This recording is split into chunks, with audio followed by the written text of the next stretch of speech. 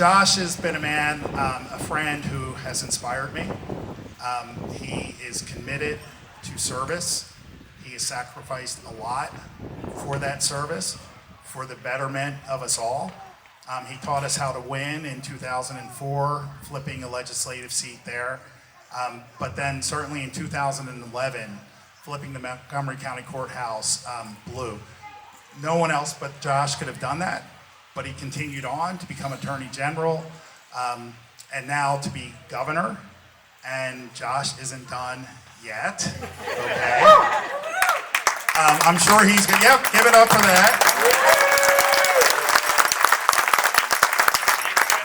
We've already seen in a short time as governor the impact that he's made, making sure that over 1 million children are going to get free school lunches now that did not get school lunches before.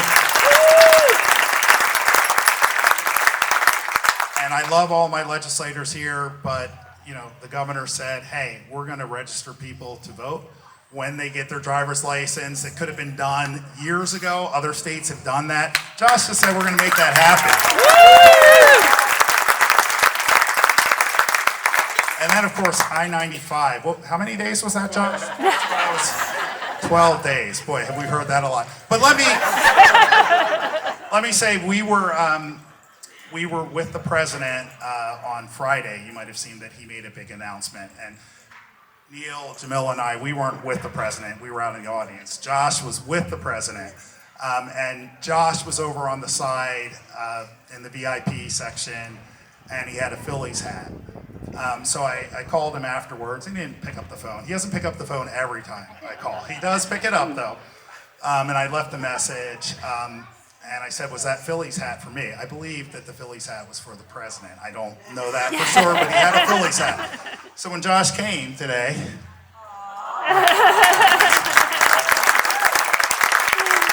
so I say that to say that we see the guy that's on TV, we see the superhero that's fixing I-95 in 12 days. But Josh has not forgotten where he came from. Josh, first and foremost, is a father, he's a husband, he's a son, and he's a friend. I couldn't be prouder of what he's done so far, and I can't wait to see what he does next. So, without further ado, let's give it up for the governor of Pennsylvania,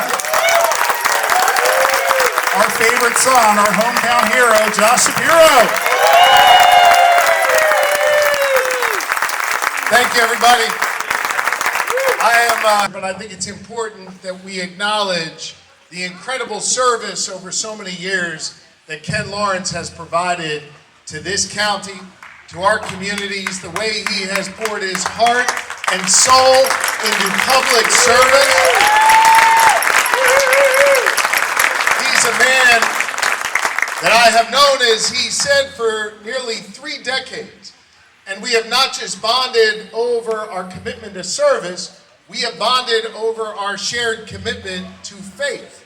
We may not share the same faith, but we share that same call to service through our faith. We've spoken a lot about that over the years. The ups and the downs, we've always been there for one another.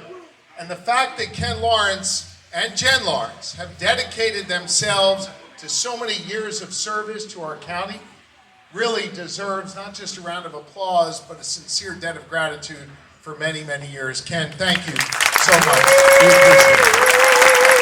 Thank you. And I know this is a moment of excitement here in the county, a moment of great opportunity in the county, but I'd be remiss if I didn't share with you that feeling I have, that I think many of you have, that this is also a moment of great tumult in our nation and across the globe. This is a moment where if you look a certain way, or you worship a certain way, you feel a little more vulnerable today than maybe you did a week ago. It's also a moment where you feel uplifted by the fact that there's a lot of folks out there who don't look like you, who don't pray like you, but who have your back in this moment of tumult. One of the reasons I wanted to be here today is because I'm a proud Montgomery County Democrat. A Democrat who has learned not just to win an election, but that we all understand the power comes not by winning a race, but by how we govern together. And so, in this moment of tumult, in this moment where we're all feeling a little bit vulnerable, when I reflect back on what Leslie Richards and I and others accomplished together in 2011, and now look at Jamila and Neil standing on the precipice of winning again, I look at them, and not just what they look like, but what they represent. They make me feel more welcome in Montgomery County than I have ever felt. You see, Jamila and Neil represent that next chapter in our Montgomery County Democratic story. A chapter that is more inclusive, more inviting, and ready to continue to build on the accomplishments of Ken and Val and Leslie and others over so many years. To make people's lives better. All people, no matter what you look like or where you come from, who you love or who you pray to. Looking out for communities that have been forgotten. Making sure that everyone's voice is heard. Whether on an infrastructure project, whether delivering human services, or whether it comes to that sacred right to vote. Your county commissioners are where the rubber meets the road. And in this moment where we have that feeling of vulnerability, I'm proud that Jamila and Neil are the two people leading us forward. Because they make very clear that as Democrats, we don't only care about winning and good government, but we want to make sure that everyone feels seen, everyone feels heard, and everyone feels respected. That's the Montgomery County way. And that's what this is all about.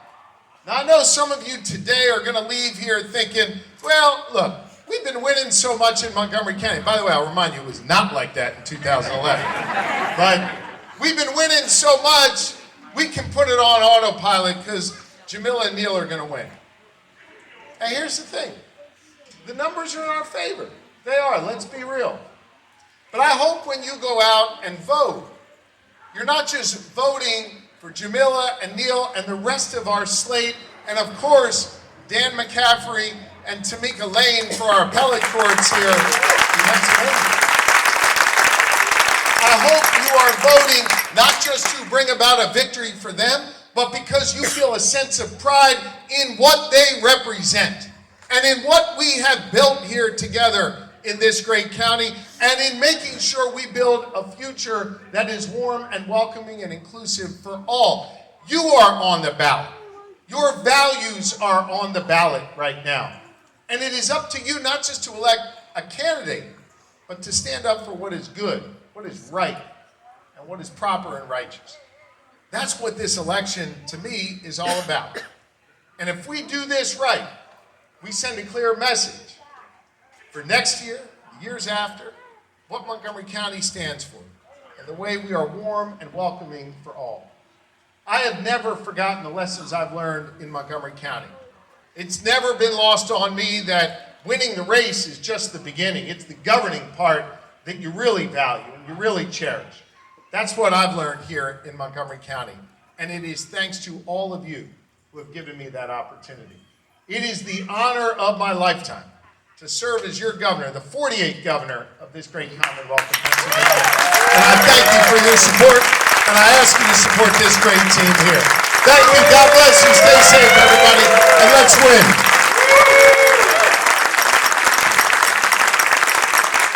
All right, that's it. Eat up, drink up. 3 o'clock, the cab is closed, okay? Take the music.